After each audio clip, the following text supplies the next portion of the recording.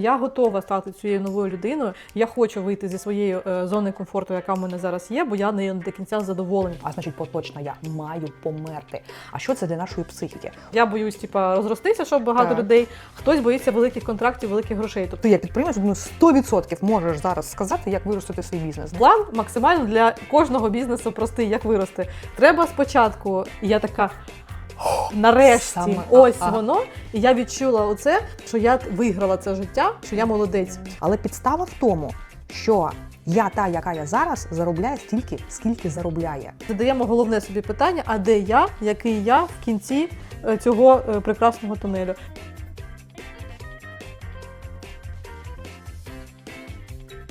А я коли уявила, що в мене буде працювати 100 людей, що моя компанія виросте, знаєш, з 40 до 100 людей, я дуже злякалася. Я така думаю, а як це 100 людей? Це я просто, знаєш, зараз ми всі працюємо ремоут, і воно так не відчувається, що в тебе стільки людей, бо в тебе ж є оці голови департаментів, які тобі звітують, і ти не бачиш цю.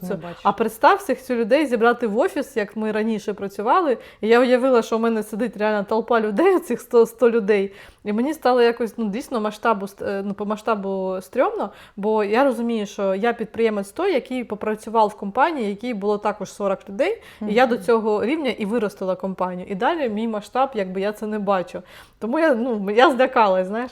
І потім, що цікаво, що я вияснила, що це є отакий психологічний, проблема, така травма людей психологічна, називається страх успіху. Добрий вечір, страх успіху. Хто б міг подумати? Здається, якась, звучить як діч, скажи, діч, абсолютно. Боїмось великих покупок, боїмося успіху. Боїмось грошей. Боїмось грошей, що і насправді є така штука. Як я виявила, що вона є, і що це якийсь загальний умовно термін, з чим люди теж працюють в терапії, тому що я знову-таки почала на нетворки, на всяких менторських сесіях ділитися з іншими підприємцями. Кажу, а прикинь, у мене таке, а прикинь, я таке за собою побачила. І вони теж почали ділитися, що так само, каже, я боюсь, хтось, наприклад, я боюсь розростися, щоб багато людей, хтось боїться великих контрактів, великих грошей. Тобто каже, я боюсь великого контракту, тому що там серйозні якісь дяді. От такі дядьки прийдуть, серйозний клієнт, з ним буде важко, можливо, комунікувати. Хто я взагалі,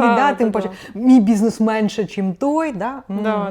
Я таким чином, розмовляючи, я виявила, що це якийсь такий загальна проблема, з якою дійсно працюють підприємці, і вони це пропрацьовують, хто там з терапевтом, хто психологом, хтось з ментором, хтось з коучем пропрацьовує. І дуже цікаво ці методи, я намагаюся теж зараз це подивитися, але я не пірнула ще в цю сильну тему, бо мені здається, я боюсь людей, а грошей я не боюсь. Але великі гроші вони не прийдуть, якщо я не розширюсь з цими людьми. Якщо не перестану по суті боятися людей. І от мені цікаво, чи ти ж коуч, як ментор, працюєш до тебе, чи звертались люди з такими проблемами, що ти виявила, що за цим стоїть? Сильне питання, сильна тема, тому що... Я цікавлюсь для себе, знаєш, таке трошки. В питанні того, як заробляти більше, нас цікавлять будь-які сфери, будь-які сторони, скажімо так, цього питання, які нам можуть допомогти. І дійсно, слухай, і звертались клієнти, і більше звертались просто з тим, що я не можу вирости фінансово. І коли ми починаємо розкапувати питання, що стоїть, що заважає, то випливає те, що людина не робить певні речі. Бо, по суті, ми з тобою, ти як підприємець, 100% можеш зараз сказати, як виростити свій бізнес.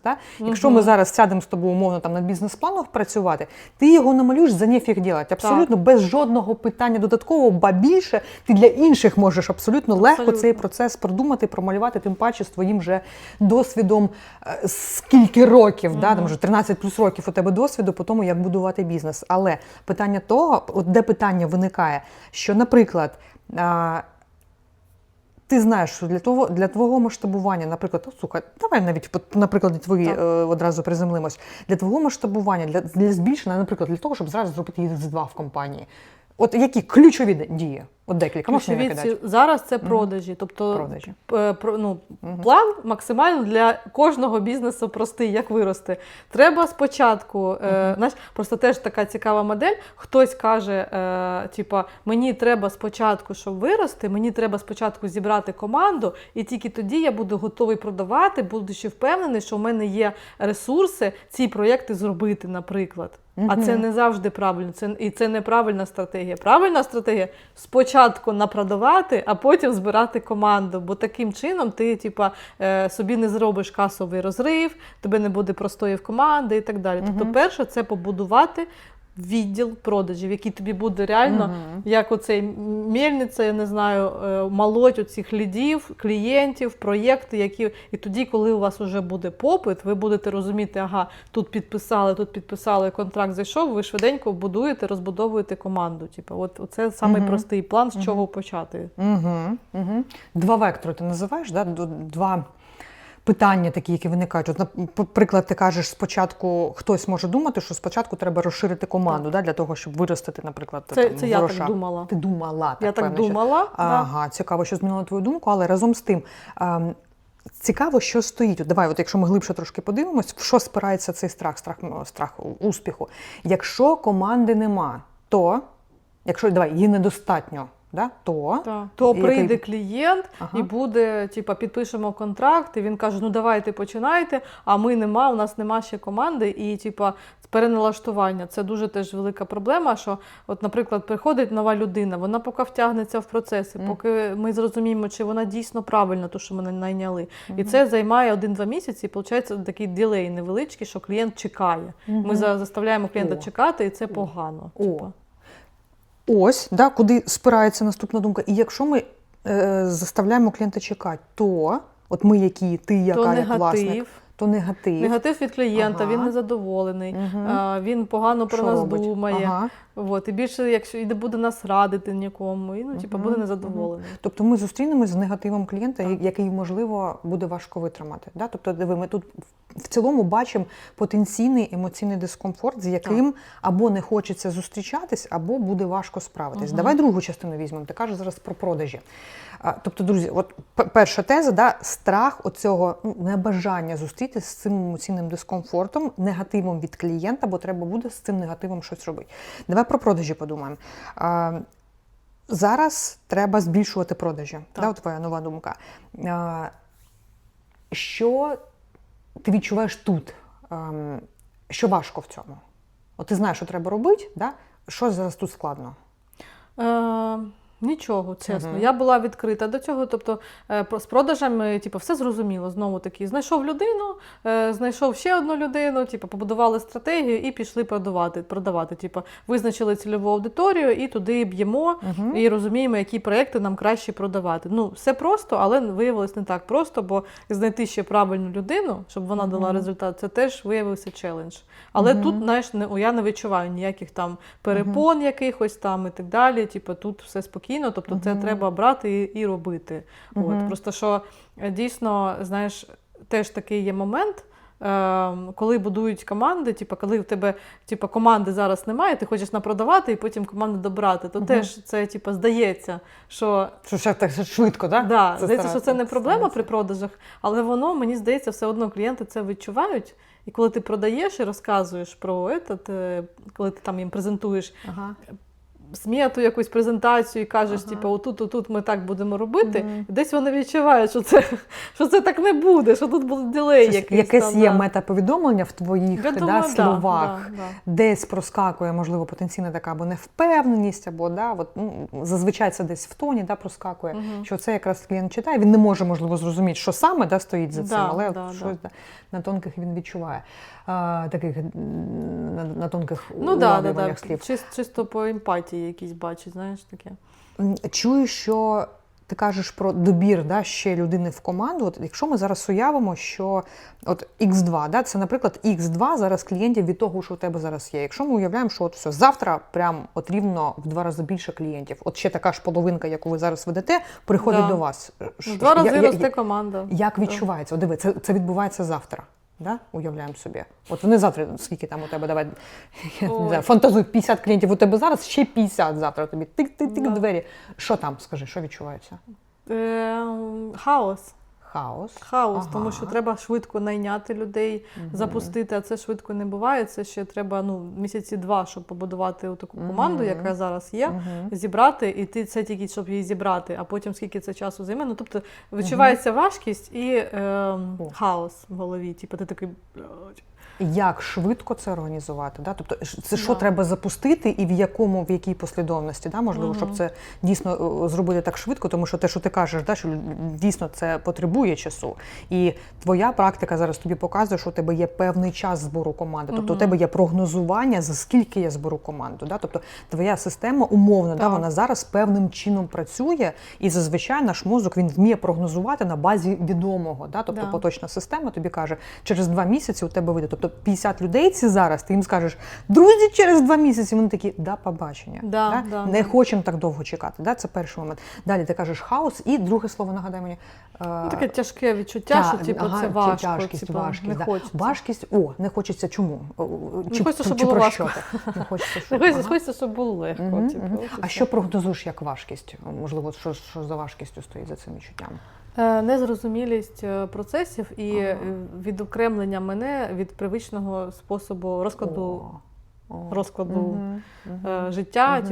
Тобто мене дуже швидко видернуть з моєї зони комфорту. Отаке відчуття. Тобто я ж зараз живу певним життям, воно певним чином упорядковане. Хаос, ти казала, воно антихаотичне, да? Воно має певну якусь структуру, і щоб мені зараз оцей іксануть 2, да, уявляємо, мені треба, по суті, стати новою людиною. Да? Мені треба вискочити з свого поточного. І щось з собою зробити, щоб я оця нова, яка X2 приймає, да, і пропускає через себе. Тому що це X2 не тільки в клієнтах, це каскад процесів, це каскад комунікацій, каскад прийнятих рішень, каскад нової команди. Да, там дуже багато бізнес-процесів підтягуються під це. І яка має бути я нова, а я хрен знає, яка оце все тепер в себе вміщує. Да? Десь тобто, тут? Десь тут абсолютно, да. Плюс ще нерозуміння деяких базових, можливо, організації компанії. Тобто не те, що нерозуміння. Я розумію в теорії мовно, але на практиці я розумію, що окей, зараз мені звітують такі-то люди, якщо ця структура розширюється, ці люди мені більше звітувати не можуть, бо ці люди будуть займати весь мій час, щоб мені відзвітувати. Тепер мені треба виділити людину, які люди ці будуть звітувати, щоб мені звітувала ця людина. Тобто це ще й перебудова організаційної структури компанії. Це теж важко.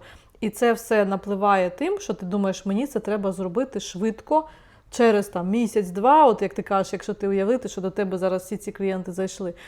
І це стрес. Тобто якщо я собі в голові, когось це драйвить, як ми вже на попередньому випуску якось визначали ці портрети людей, у когось це реально ці зміни, вони драйвлять, вони такі, блін, клас, я росту, зараз я пау людей сюди, отут така структура, отак все буде працювати, комусь це класно. Хтось, як я, любить зростати поступово. Тобто, дійсно, я готова стати цією новою людиною, я хочу вийти зі своєї зони комфорту, яка в мене зараз є, бо я не до кінця задоволена. Тобто я як жабка оця у маслі вже, знаєш, я це розумію, але я не готова це зробити дуже швидко.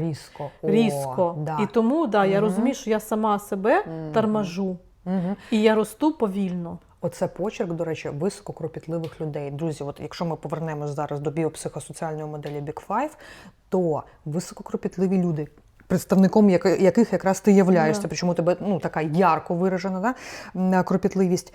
Це про що? Це ти маєш певну структуру, ти маєш певне уявлення, як що працює, і для тебе в твоєму конкретному випадку зміни є сенс пробудовувати покроково. Тобто твоя система масштабування, і от цього успіху, твоя система, твоя дорога до успіху, їй найкраще будуватись покроково. Да? Тому що, наприклад, люди з високою відкритістю, і ще якщо ми зверху трошечки екстраверсії підсипемо, то це люди різких змін. От я, до речі, по своєму психотипу відношусь до тих, що карт-бланш. Міняємо так усе. Реально? І я Ніколи не подумала. Направду так і є. Прикол. Я не можу сказати, що мені це буде легко, але моя психіка звикла до категоричних змін, до таких крайніх змін. І я в хаосі себе дуже спокійно почуваю. Прикинь, мені Прикол. структуру навпаки, да, вона мене десь починає ограничувати і так далі. Тобто, друзі, це я до чого? У кожного своя дорога до успіху, свій навіть не дорога, це зараз так трошки ефемерно звучить, у кожного свій стиль. Так. Шлях, да? Стиль будування шляху в залежності від власного психотипу. Тому, друзі, якщо ви не проходили, не маєте своєї розкладки по цьому психотипу, по моделі Big Five, я направду дуже рекомендую, тому що ви багато можете зрозуміти про те, як саме вам будувати цю дорогу. І диви, ти Тест в описі в додамо. описі, додамо, дякую, що нагадала, додамо тест. Також, друзі, правда, досліджуйте себе, це завжди цікаво, тому що ви можете, в цілому люди нерідко із моєї коучингової практики використовують методи та способи, пішли у наставника, дізнались, курс пройшли, книжку прочитали, навчання якесь пройшли і одягають на себе модель, яка їм абсолютно за психотипом не підходить. Тобто люди діють проти своєї природи. І бачиш, от навіть у нас з тобою дві різні природи. І якщо я б змінювала, то я б змінювала все одразу, і мать його так, да, то тобі природніше і органічніше буде робити це поступово. В той момент, як я, ні, мені навпаки, давай стрибать. І диви, прикольно ти штуку кажеш про те, що багато перебудов. Да? І диви, по суті, що прикольно, що для мене в свій час також було відкриттям, що цей страх успіху, це по суті, от ми з тобою на шматки його зараз на слої розкладаємо, це страх змін. І ти кажеш, що багато бізнес-процесів треба буде прям перебирати і перебудовувати фактично з нуля. Ба більше, твоя особистість, також я як власник такої тепер, нової компанії в цим новому амплуа, коли там X2, наприклад, клієнтів, X2 там, чи скільки там більше команди, це нова я. А, друзі, що це? Це смерть попереднього я. Так. Смерть в кавичках. А що таке смерть? Друзі, знову таки, смерть умовна, смерть така скоріше метафорична, але тим не менш. Типа смерть мене старої, да. Смерть мене старої. Чому це відчувається? Ні, не старої, а поточної. Я ж про це думаю, тому правильно, що боюсь. Да, дуже правильно ти скоригувала. Смерть мене, якою я є зараз, на сьогоднішнє. І це стрьомно, Оце стрьомно, тому що я там якась стара, то хрен з нею. Да? А ось я поточна, ти абсолютно права, тому що дійсно ми ж від сьогодні робимо відлік. В будь-який момент ми робимо відлік, в будь-яке майбутнє, в будь-які наші цілі ми робимо відлік від поточного. А значить, поточна я маю померти. А що це для нашої психіки? У нас є ряд розумінь про себе. У нас є ряд, причому, друзі, це вбудовано в нашу нейронну структуру. Це не просто уявлення про себе на рівні думки. Друзі, за цими думками стоїть нейронне середовище, нейронна сітка, яка фактично, коли ми щось про себе думаємо, вона працює, вона зажигається. Представте, що ми клонили чат GPT, і в нас є промпт не вмирати. По-перше, такий промпт. По-друге, друзі, це фізична. Цей промпт, він фізично відображається в наших мозкових процесах. Тобто у нас про себе є фізичне місце в нашому розумі. Фізичне місце, тому будь-який страх оцих змін, він фізично в нашому тілі відчувається, скажи, як тривога. Так. Тому що за цим стоїть фізичне вмирання певних нейронних структур. Мені треба від одних відмовитись і побудувати нові, а значить ті будуть поступово згасати. Це, по суті, фізична смерть, це руйнування, руйнування попередньої системи. І значить, диви, що ми тут бачимо? Коли це страх умовно смерті поточного я, за страхом що стоїть, друзі? Базова безпека. Відчуття базової безпеки. Я хочу, якщо б ти знала, що оця зміна буде в абсолютно безпечному середовищі для тебе, чи був би там страх? Давай звіримось. Що значить безпечне середовище? Типа, що все пройде добре, якщо б я повністю... наперед знала, що в мене все вийде, все буде класно. От перед тобою нові плюс 50 клієнтів, фантазую, і ти знаєш, що весь цей процес буде абсолютно безпечний. Давай, одне слово просто підставимо. Все безпечно пройшло. От я на цьому тільки і тримаюся. На Що цьому важливо? тримається Ага. весь мій бізнес. Ага. Я себе, із-за того, що я людина позитивна, я себе налаштовую тільки на те, що у мене в результаті буде все класно, і я дивлюсь тільки на Висока те. екстраверсія. Ох, Да. вона тебе витягає. Я дивлюсь тільки на те, що у мене все вийде. Я, щоб себе замотивувати, все ж таки в це піти, не боятись цього, я себе вже перекидаю в майбутнє, де майбутня Аня, молодець, у неї все вийшло, все побудовано як треба, і я вже порахувала, спеціально рахую гроші, щоб я глазами їх очима побачила, скільки я грошей тоді буду заробляти. І оце мене мотивує. Я така, все.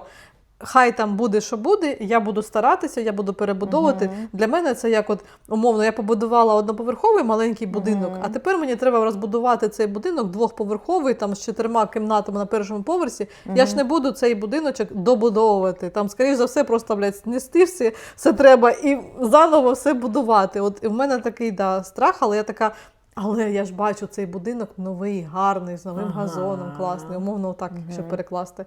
І це мене мотивує, я така, погнали, все буде нормально. Тобто, умовно, тебе позитивна оця картинка, да, вона в тебе втягує більше, ніж тримають страхи. Так. Разом з тим, про безпечність. От коли ми кажемо про це слово, якось реагує тіло про те, що це потенційно, оця зміна, це потенційно якусь небезпеку вона несе. Щось може поламатись.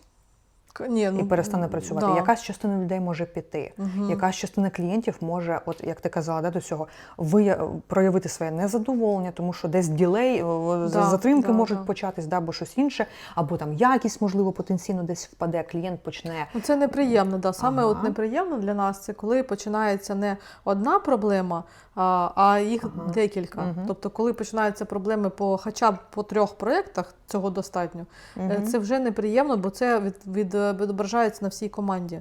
Тобто, одна справа, коли один проєкт, і ви такі, ну ладно, зараз ми тут зіберемося, туди ресурси, туди фокус, тут ми закриємо, все порішаємо, а коли це паралельно відбувається на декількох проєктах, це неможливо, це дуже важко. Пофіксити пожари, потушити в декількох місцях. Це дуже важко. І це дійсно морально пригнічує всю команду. І коли одна людина пригнічена, ми ще можемо підтримати на позитиві, допомогти якось вирішити. А коли пригнічені всі, оце дуже погано впливає вообще на загальний настрій. І тоді і я пригнічена, і всі пригнічені. Оце саме погане. І цього, це саме великий страх, що коли ми почнемо міняти, то тоді розвалиться дійсно те, що вже побудовано, і це буде негатив. Ми не справились. Ми не справились, Ми отримали негатив, ми не справились, це саме великий страх відбувається. І от за цим ми не справились, стоїть... Ми не впорались. Не впорались, дякую. Або там я не впоралась, наприклад, якщо від команди до тебе піти, то не впоратись означає, що нас очікує щось, що вийде із-під контролю, що, по суті, знову ж таки, не є безпечним, бо не є зрозумілим. Бо я не знаю, як зібрати конфігурацію, як побудувати, знову ж таки, якийсь процес, із чого він буде складатись, що він прогнозовано дасть плюс-мінус той результат, який я очікую. І в цьому плані, ось де ми бачимо безпечність, запит на безпечність. Це формування дорожки, яка шляху, знову ж таки, процесу, який буде відносно зрозумілим. Скажіть, цікаво, чи займаєтесь ви цим зараз? От формування якихось, я пам'ятаю, плюс 1 людина зараз шукається в команду, і так далі. От які ви такі цікаво зараз дорожки формуєте, які є для вас цими зрозумілими, якраз місточками в те майбутнє? Я намагаюся їсти слона по шматочках, як то кажуть. Як ми вже вияснили, що я висока, кропітлива людина, то мені простіше все ж таки планувати крок за кроком. Я дійсно не уявляю якогось різкого зростання, і так воно в мене історично за 14 років підприємництва так воно і вийшло. Тобто я просто собі побудувала план в голові, що крок за кроком зараз ми, наприклад, що перше ми кажемо? Треба вибудувати відділ продажів. Окей, ми вибудовуємо, налаштовуємо всі процеси, щоб там було все чітко, щоб у нас був стабільний поток лідів. Чому за 14 років в нас ще немає вибудованого відділу продажів? Тому що ринок дуже сильно і стрімко міняється. Той же Ші зараз прийшов, зараз, не знаю, яка зараз сама велика проблема підприємців, які я чую, ті, хто займається діджитал-бізнесом. Це різке падіння лідів і запитів клієнтів щодо створення якихось діджитал-продуктів. В в цьому році. Тому що всі думають, ага, добрий вечір, іди сюди, зараз я все зроблю, сам на Клоді це зберу, або беруть просто, наприклад, недорогих там фрілансерів, які мають хоча б якесь там технічне базове розуміння. Це може бути навіть людина, яка там не сильно глибоко в коді розбирається, але завдяки технічному складу розуму вони вже можуть взяти і побудувати цю систему, яка буде дійсно достатня для цього бізнесу на цьому етапі, щоб запустити цей продукт, протестувати там попит там, і так далі, і так далі. І це, я не кажу, що це погано, це чудово для бізнесів, це нормально, але це факт забрало великий пласт звернень до таких діджитал-агенцій, як ми. І це ніфіга небезпечно, скажи. Це відчувається, тому що це, друзі, це така зміна ринку, яка суттєва, яка, ну, по-перше, потребує від вас коригування своєї бізнес-моделі, своєї продуктової лінійки, своїх підходів і так далі. І, по-друге, це також коригує попит. І це, відповідно, це змушує і вас коригувати підходи в продажах, ваші офери, людей, які у вас працювали, тому що хто, можливо, працював з одним продуктом, тепер не може з ним працювати, і вам треба нові сейлзи. І це також от питання безпеки тут як відкривається. Те, що нам було відомо раніше, воно зараз коригується, це новизна, про яку ти кажеш. І виходить, що я помітила також за 14 років, що є цикли у цій економіці. Кожні 4 роки в середньому міняється ринок, і треба перебудовувати підходи, процеси, як ти продаєш, як ти обробляєш ці заперечення клієнтів. Тобто, і ти дивишся також на конкурентів. Хтось там почав по-новому продавати, щось нове гіпотезу протестували, почали по-іншому робити. І по це все треба адаптуватися і також перебудовувати свої процеси. Тому, от, як я кажу, зараз треба адаптуватись під нову реальність, зрозуміти, що нам треба в цій новій реальності робити, перебудувати, можливо, навіть бізнес-модель свою. Тому що наші вже послуги не всі актуальні, тому що є це теж виклик. Це теж виклик посидіти. Це ніфіга собі, це по суті бізнес Це перебудувати бізнес, це зрозуміти, порахувати, що маржинальне, що залишиться, як це правильно тепер продавати клієнтам, знаючи, що у них є аргумент про щі. Все це побудувати, це перший шлях, це все ж таки робота на ринок з бізнес-моделлю, зрозуміти, що ми тепер продаємо, які послуги ми тепер надаємо, потім як їх запакувати, щоб їх продати, щоб людям було зрозуміліше, що ми робимо з першого погляду, як вони всі люблять. Бо зараз рішення дуже швидко приймаються. Реально у нас такі випадки, знаєш, які і смішні, і трошки лякають. Пишуть людина там насилає лист або просто там в Телеграм пишуть там: «Добрий день, треба такий-то сайт». Ти буквально там на дзвінку, де ти там не успіває менеджер відповісти, через там півгодини, 40 хвилин, годину може відповісти. Там хтось каже, що це багато, але не будемо про це. Відписує, пише: «Да, що ти там, будемо раді допомогти». Людина: «Дякую, вже не актуально». Як вам за годину стало неактуально? Поки ви мені відповідали, мені вже написали 3 компанії інших розробників. Вони вже нам за годину якимось волшебним чином надали пропозицію комерційну. Це як взагалі, я не знаю. І я вже цю пропозицію надав нашому відділу або хто приймає керівнику рішення, і вони вже там когось вибирають. Я сиджу, я розумію, коли мені про це розказують, я розумію, що це, по-перше, не наш клієнт явно, це інший бізнес, хто дійсно нашляпає на темплейтах якісь готові рішення, тобто якісь прості лендінги, прості сайти візитки. Це не наш портрет клієнта. На шаблонах, так? Ми не розстроїмось, але сам факт, наскільки раніше це рішення хоча б таких простих лендінгів і сайтів приймалося за день-два, зараз ми бачимо, що приймається за годину-дві. Бо конкуренція велика, всі дуже швидко відповідають, а ти тут просто... Тим паче, коли з'явився вайб-кодінг, і це набагато легше стало.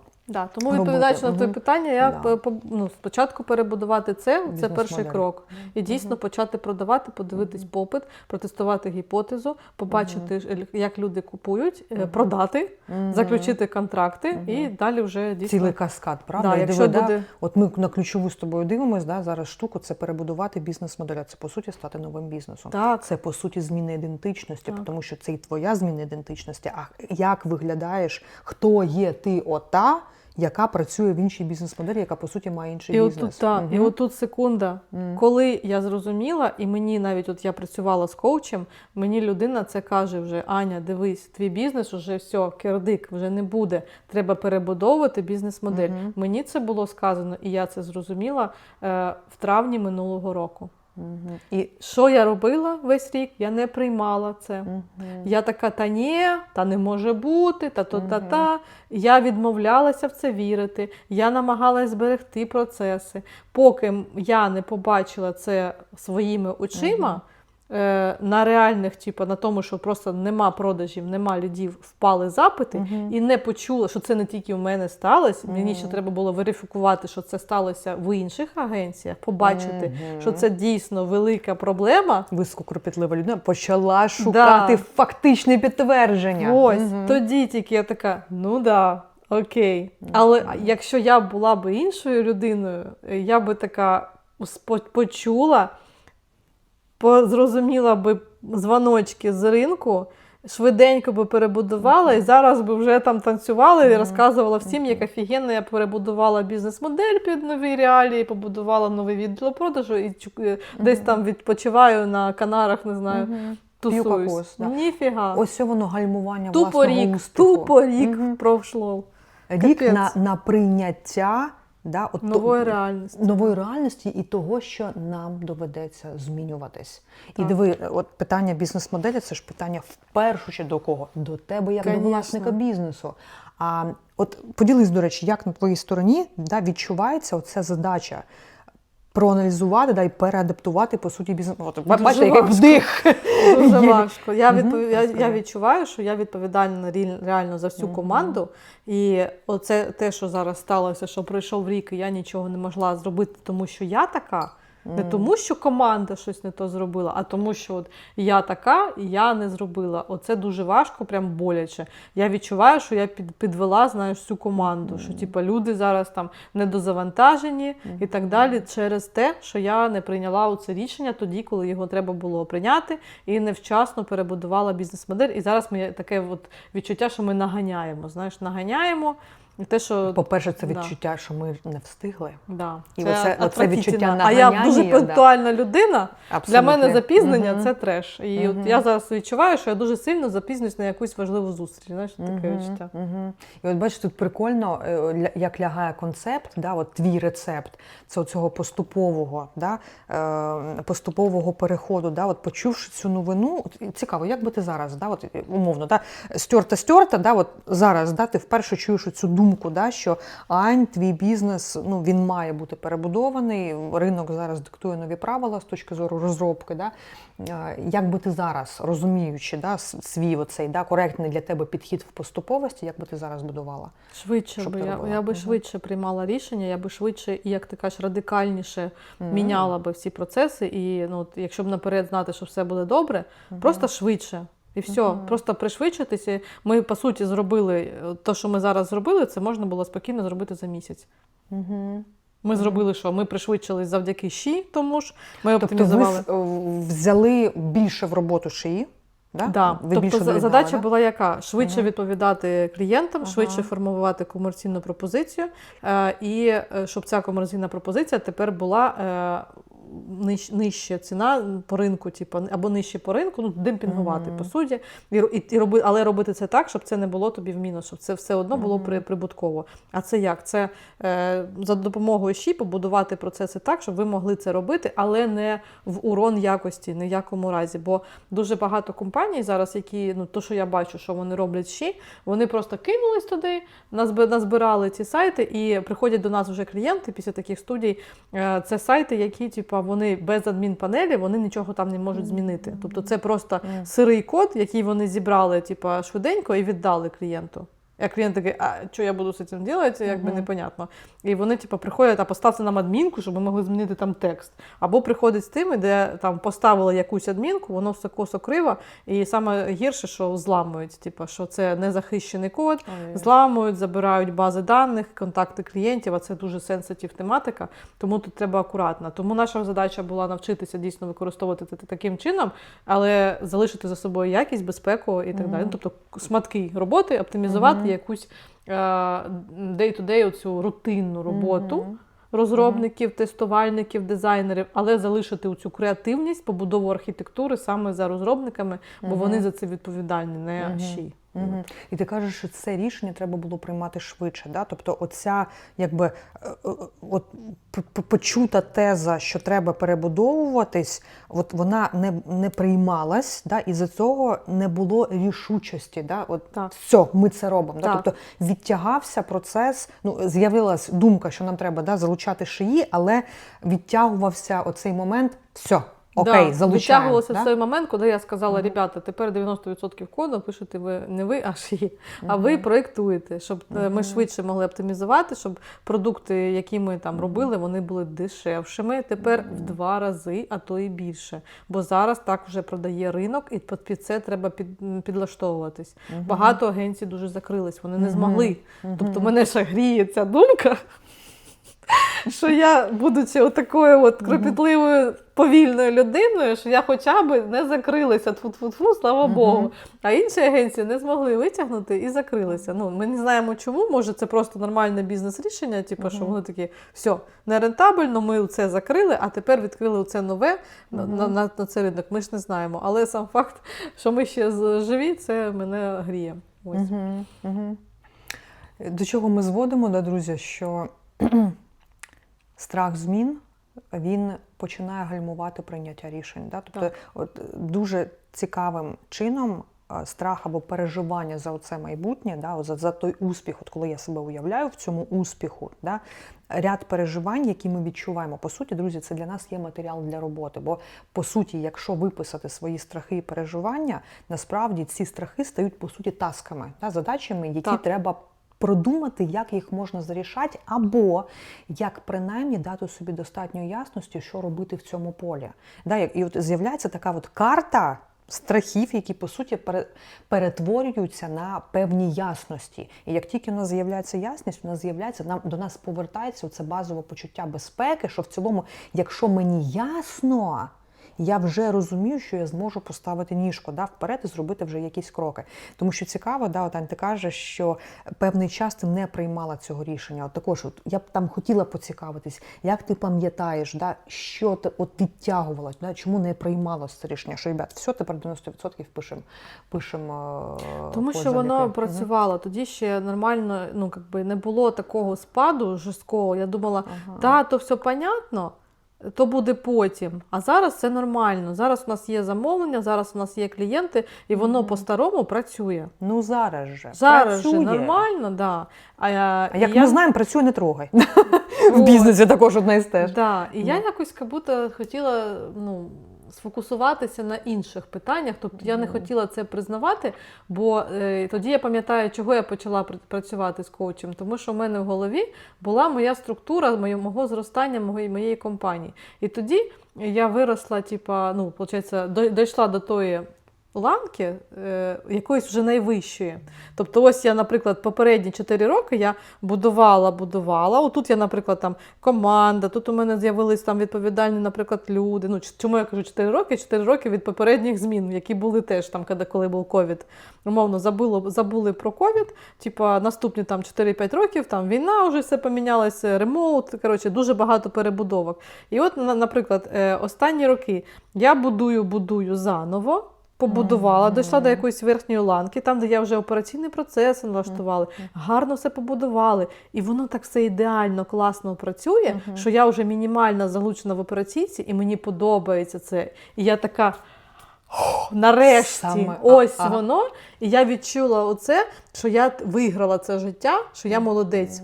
Тепер у мене є екстра гроші, я вже відпочила. Це, такий період всього лише декількох місяців. Тому як виявилось підприємцю, всього лише 1 місяця не сильно завантаженої роботи вистачає, щоб перепочити, передихнути і такі, погнали далі. Моторчик запрацював. Моторчик запрацював, ми такі, все, нові вершини треба, постигати. І я оце зловила момент, що я тут все побудувала, працюю все як часики, все тут гарно, все тут добре. Далі я готова далі, стратегічно рости далі. І в мене була проста, зрозуміла для мене схема, що це все я побудувала. Тепер нам всього лиш треба більше продажів, як я казала, треба більше продажів докинути, і побудувати добудувати команду. Все було зрозуміло. І в цей момент мені людина, прикинь, каже, а от ж ти побудувала всю цю фігня. Оце все сносимо нафіг. І перебудовуємо бізнес-модель, бо воно все не буде працювати. Я така, вау, погодите, ребята, в смислі? Я тільки це побудувала, що ти мені тут кажеш, що ти мені розказуєш, а зараз у мене працює все добре, а ми нормально продаємо. І я шукала контраргументи, щоб з людиною поспорити, що так не буде, що нормально все буде. От і все. Тому що я не хотіла признаватися, що це те, що я будувала там попередні роки, воно знову треба розвалювати і будувати заново тепер на нову реальність. Оце те, що ти говориш. Згадай, от я згадала. От такий привіт коучу моєму. Коли ти думаєш про успіх, да, або давай про ті більші гроші, да, як наступний якийсь, да, от, такий рубеж, да, наступний горизонт, чи уявляєш ти себе там? Як воно от бути там уже? Да? Що ти там бачиш? Це дуже прикольне питання, що коли думаєш про це такі питання, тобі кажуть, треба перебудовувати бізнес-модель, треба все міняти. Перше, що ти відчуваєш, це таке, в смислі? Не хочу, зміни, не подобається. Я тільки побудувала комфорт, люблю чітко все розплановане. Ти одразу напрягаєшся і не думаєш, і не задаєш собі питання, а як я буду себе відчувати потім, коли я це все вже перебудую. Ніхто ж собі таке питання не задає, ніхто. І на цій ноті тоді хочу нагадати про фонд Лембергі, який ми підтримуємо. Вони збирають донати на військове, наше військо, на всі їх потреби. Отут буде наша баночка, точніше їх баночка постійна. Вони збирають ці кошти. Будь ласка, дивіться всі докази зборів, там, відправок і так далі в них на сторінці в Інстаграмі. І, будь ласка, долучайтесь нашому війську. Дуже зараз потрібна наша допомога. Так. QR-кодик тут, посилання на цей фонд і на їх Інстаграм в нашому описі. Так. Дякуємо дуже. Дякуємо, друзі. Ніхто ж собі таке питання не задає.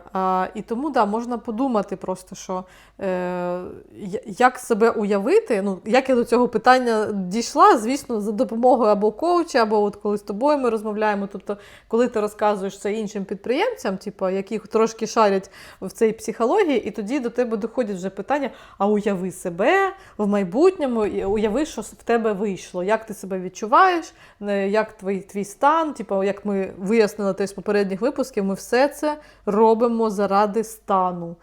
І тоді, коли ти догадаєшся до себе задати це питання, ти такий, а це ж класно. Звірка стану. Там взагалі той стан, який я собі би хотів. Бо буває таке, у мене були, не один, на жаль, кейс, і я також сама спиралась в це, що за метою взагалі розпаковувався не той стан. І клієнти певний час, а інколи це роки займає, йшли до мети, за якою взагалі важко, неприємно, і особливо це були питання, пов'язані з масштабуванням і з виходом на новий рівень. Тому що там такі об'єми роботи, з якими я взагалі не хочу взаємодіяти. Я там, наприклад, один з кейсів клієнта, я там в операційці настільки глибоко, бо там X3 команда, що я просто звідти не вилажу. І от якраз це не вспливало, як таке внутрішнє скрите заперечення. Воно не вспливало із-за того, що не було якраз того уявлення, який я, коли я там. І як тільки ми це розпакували, оця штука вилізла. А я розумію, що я точно побудую, навіть ти кажеш, X3 команди, я буду глибоко в операційці. Це він ще не додумав до того, що якщо ти правильно побудуєш операційку, то ти би не будеш глибоко. Якщо ти наймеш операційного директора і будеш над ним, якщо ти цей період, то все буде в тебе добре, в тебе буде гарний стан. Тому я себе доводжу до тієї думки, що окей, я намагаюсь прожити цей рік, два, скільки мені треба, побудувати це там щось. І я така, понятно, значить тут ми оце переробимо, воно тепер буде працювати отак в ідеалі, отут так, побудувала, зрозуміла схему, і потім воно мені дасть оце, а коли в мене буде оце, я буду відчувати оте в стані, а це позитивно, це класно, це добре, і я точно тепер, тому що я вже декілька разів це робила, я умовно знімала з себе себе операційку завдяки тому, що я правильно побудувала процеси, описала, автоматизувала і передала, навчила на людину, яка тепер за мене рішає це питаннячко. Все, я це розумію, для мене тепер це клір, зрозуміло абсолютно. І я дійсно тепер така, оцей стан тепер, да, це важко, так, це дуже об'ємна задача. Це шмат роботи, Це але шмат він роботи, зрозумілий, скажи. зрозумілий. Тепер я промотала вперед, побачила себе тут на горі, що я така, Аня, все буде нормально, бабки є. Come here. Да. І я така вже, та все нормально, буде все зашибісь. І все, от дійсно, але це дуже важливо, і не всі вміють наперед задати собі правильні питання і відмотати плівку наперед в позитивне розвиток. Позитивне майбутнє. Да, в позитивне майбутнє. Дуже багато людей відмотують себе в негативне майбутнє. Одразу фокусуються тільки на негативі. Я не знаю, опять же, це тому, що я, як ти кажеш, екстравертна, і тому мене кидає в позитив, або тому, що в мене вже є досвід роботи з ментором, коучем і психотерапевтом, і я вмію задавати собі це питання. Я думаю, що в першу чергу це правильно сформована навичка задавати собі таке питання, тому що його треба побачити. Да? От саме таку конфігурацію формування дороги до успіху, її важливо побачити. Тому що я бачу, зазвичай люди дорогу до свого масштабування формують від «я сьогодні» до «я отой». Тобто я сьогодні в усьому тому, що я вмію, знаю про свій бізнес, про свою діяльність, і із того, що я чув десь на курсах та від інших людей, я від цієї точки починаю вперед пророщувати якісь, поки що нехай в моїй уяві, шляхи. Наприклад, якщо я сьогодні працюю з 10 клієнтами, то, щоб, там, наприклад, заробляти Х2, скоріш за все, це або 20 клієнтів, або це, можливо, там група. Або підвищити вартість. Або підвищити вартість. Тобто і втратити клієнтів, шукати нових. І шукати нових. І от знову цю воронку запускати. Тобто, що тут важливо? Я із себе поточної, і з того, що я зараз знаю, я намагаюсь пробудувати доріжку вперед. Але підстава в тому, що я та, яка я зараз, заробляє стільки, скільки заробляє. І якщо я зараз із свого поточного уявлення буду будувати цю доріжку, підвох в тому, Алісочка, цього вже не сталося. Ти поточна вже маєш стільки, скільки ти маєш. І якщо ти зараз думаєш, що ти із своїх знань будеш будувати цю доріжку, у мене для тебе погана новина. Якщо б ти її могла реалізувати, все б уже було. Тобто, розумієш, да? Щось не позитивно. Ми намагаємось вирішити питання нового рівня із поточного рівня розуміння. Поняла. Тому отак от лінійно, із себе поточного в те майбутнє дивитись немає сенсу. Тому ми задаємо питання, а яка я там? І кидаємо себе вперед без необхідності. Точно. Без необхідності думати від «я сьогодні» будувати доріжку. Ми себе одразу, на це поки не дивимося, одразу кидаємо себе туди і уявляємо, коли мій бізнес X2, X3 підставляємо той успіх, який ми наступний, оця веха успіху, яку ми хочемо побачити, коли я там, от я давай на себе зараз примірю, коли я Аліса, яка, наприклад, веде 100 людей. Це що взагалі? І я розумію, друзі, це богиня оця, як у нас. Шива, з кучою рук. І я одразу розумію, коли я це собі уявляю, я по-перше, перше, що я бачу, Аліса, по-перше, це група. По-друге, це не та група, яку я зараз вмію вести, на 10-12 людей. Це великий, наприклад, потік, який якось по-іншому розподілений. Тобто мені важливо закинутися. Це Тоні Робінсон, встань і йди. Встань, але спочатку побач, куди йти. Давайте доставимо. Тобто моя задача, і також, друзі, всім пропоную уявити себе і побачити, як виглядаю я і моя справа в тому успіху. Поки давайте приберемо питання, як це зробити. Нам не треба на це питання ізначально відповідати.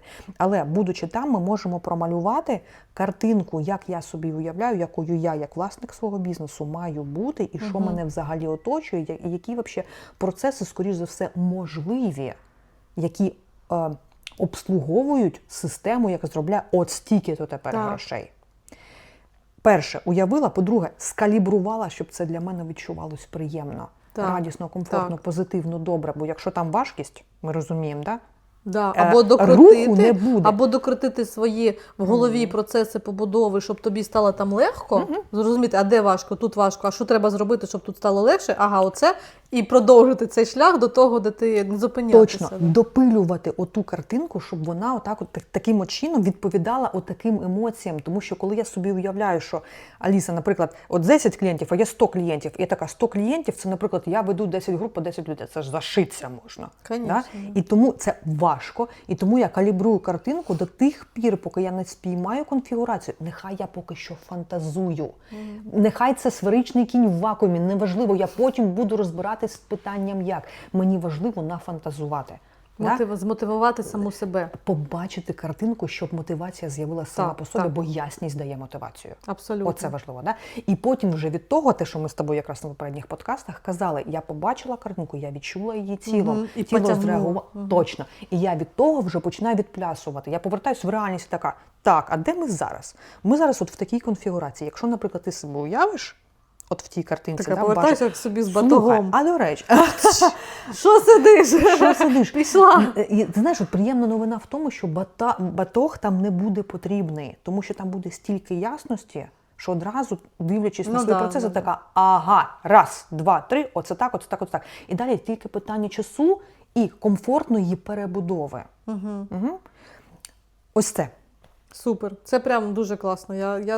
І тому, якщо підсумувати, що я для себе виявила, що якщо ти знаходишся на якомусь там процесі переробки, зростання і так далі, і ловиш себе на думці, що, щось важко, я не знаю як, мені страшно, тобто, що треба перше? Подумати, що їсти слона треба по шматочкам все ж таки, покроково. Давайте вербалізуємо ці страхи. По-перше, давайте з ними зустрінемось, бо інколи ми, наскільки ми з вами знаємо, страх це не так страшний.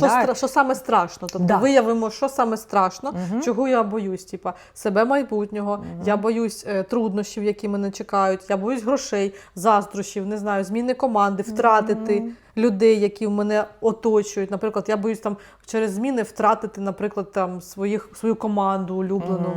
Може таке може бути. Хтось може переживати за втрату або зміни в відносинах з партнером, бо якщо, наприклад, я там більше заробляю, ніж мій партнер, то що тоді? Так, да? Це теж дуже важливий такий аспект. І тоді, коли ми зрозуміли, чого ми боїмось, це ми собі просто зрозуміли, галочками відмітили, оце, опрацювали ці страхи, подумали, як тепер по-новому я би хотів думати, якщо б цих страхів не було. Уявляємо, що ми тепер, як ти кажеш, в зоні безпеці робимо ці зміни, тоді плануємо ці зміни і задаємо головне собі питання, а де я, який я в кінці цього прекрасного тунелю. І завдяки тому, що ми задаємо питання і розуміємо, докручуємо, як ти кажеш, картинку ідеального світу, даємо самі собі мотивацію, з майбутнього прекрасного повертаємось в теперішнє, де це треба побудувати, і крок за кроком починаємо будувати. І в момент теж дуже головне не забувати про це, те, що ти зробив. Тому що я така теж розумна, думала, що все це проробила, але все одно ти йдеш, будуєш, наприклад, пройшло 2-3 місяці, ти щось там вже зробив, і ти напираєшся на якусь там складну задачу дійсно, і ти прокрастинуєш ці задачі. І не забувай, туди ти прокрастинуєш, як ти кажеш, звірятися зі своєю майбутньою цілею. Типа не балансувати, а верифікувати. Типа, так, оцей процес, він мене доведе, все, робимо. Бувають же ситуації, коли буває, абсолютно. От в цьому феномені знаю, але не можеш роблю. звільнити когось, треба, ти не хочеш, боїшся. І ти такий, так, подожди, це рішення мене призведе туди, куди я йду. Так воно призведе. Все, робимо. Беремо і Друге, робимо. що додам, от знову, твоя екстраверсія, вона чудово підкреслює наявність позитивної, якщо є позитивна мотивація, у неї є багато шансів перевісити. Якщо, друзі, ви не з високою екстраверсією, що вам робити? Або що робиться в таких випадках, коли ми щось знаємо, що треба зробити, але не робимо, оцей феномен знаю, але не роблю, між ним лежить по суті, всі причини, перфекціонізм, конфлікт цінностей, будь-що, що є причиною до цього відкладання, небажання чогось робити, якийсь дискомфорт, все це буде впиратись в одну єдину річ – в дискомфорт. Я не хочу зустрітись з дискомфортом, який мені прогнозує ця дія. який я уявляю собі, я буду відчувати від цієї дії. Від, наприклад, звільнення людини, від, наприклад, там, прийняття рішення. Тепер ми 90% робимо, бо це потребує перебудов певних і взагалі комунікації з командою і якоїсь хвилі зворотнього зв'язку від команди. Тобто тобі ще треба буде, скоріш за все, з ними потягатися стосовно, як це... не запевнити, а продати цю ідею команді. Продати цю ідею, убідіть, не можу я щось перекласти це слово. Переконати, дякую дуже. Саме переконати команду. Тобто це прогнозування дискомфорту. Я собі уявляю і відчуваю одразу, коли думаю про цю задачу, відчуваю собі дискомфорт.